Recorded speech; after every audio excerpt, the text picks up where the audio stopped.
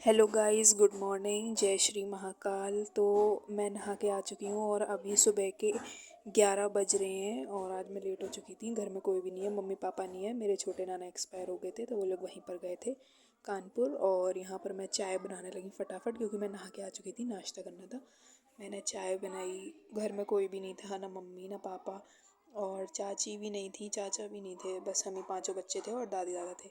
और एक साइड मैंने फटाफट बंसू के लिए दूध गर्म होने के लिए रख दिया और अच्छे से गर्म करके जब तक मैंने टोस्ट का पैकेट खोल दिया था उन लोगों के लिए, बंसू को दूध गर्म करके दे दिया, साथ में उसके साथ 2 टोस्ट भी दे दिए। और यहाँ पर जब तक मेरी चाय बन रही थी जब तक मैं ऊपर चली गई और आज बिल्कुल भी धूप नहीं निकली थी। यहाँ पर ऐनी खड़ी हुई थी और मुझे ना ये कपड़े वॉशिंग मशीन में सुखाने थे क्योंकि धूप नहीं निकली थी और कपड़े सूखते भी नहीं, इसलिए मैंने फटाफट से वॉशिंग मशीन में सारे कपड़े डाल के सूखने के लिए रख दिए थे 5 मिनट के लिए लगा के। जब तक यहाँ पर कपड़े सूख रहे थे मैं कपड़े डाल के नीचे आ चुकी थी क्योंकि यहाँ मेरी चाय बन चुकी थी और ऐनी और माही से बोल कर आई थी कि वो दोनों कपड़े फैला देंगी सूखने के बाद। तो मैंने यहाँ पे जब तक चाय छान ली। चाय छान के लेने के बाद हम दोनों ने बैठ के आराम से चाय पी। चाय पीने के बाद मैं यहाँ पर, ये मेरी शर्ट थी एक, तो रिया आ गई, मैं उससे बातें भी कर रही थी और साथ में अपनी शर्ट को भी प्रेस कर रही थी क्योंकि मुझे ये शर्ट पहननी थी, बहुत दिन से ये प्रेस नहीं की थी। शर्ट प्रेस करने के बाद मैं यहाँ पर सब्ज़ी काटने बैठ चुकी थी।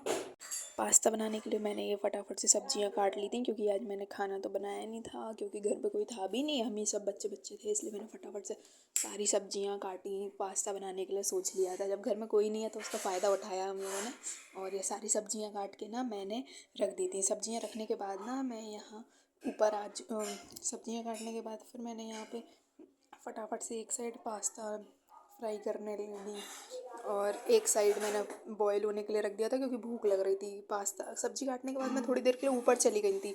फिर ना अभी टाइम ज़्यादा हो चुका था, अभी शायद 3:30 बज रहे थे और भूख लग रही थी सबको क्योंकि हम लोगों ने सिर्फ चाय पी थी, वो भी सुबह, इसलिए ऐनी को भी भूख लग रही थी। ऐनी मेरे साथ काम करा रही थी। फटाफट से ऐनी ने एक साइड पास्ता उबाले, मैंने एक साइड छौंक दिया उसमें फटाफट।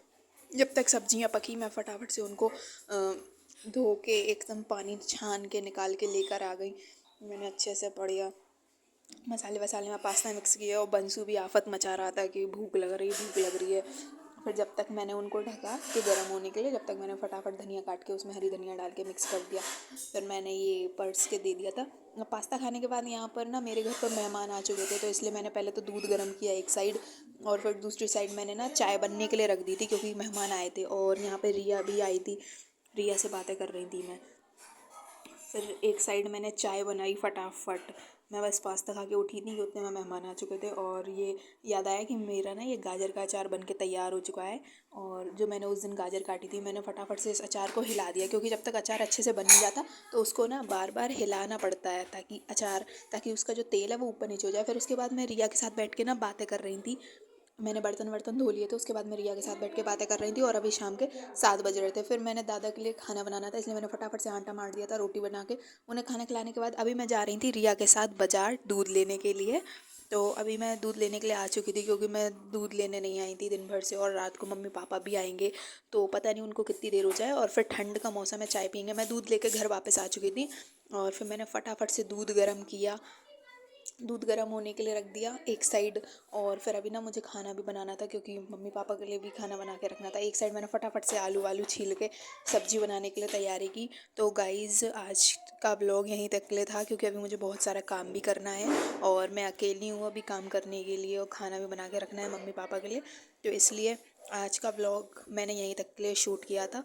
तो मिलते हैं नेक्स्ट ब्लॉग में। ओके, टाटा बाय बाय, जय श्री कृष्णा।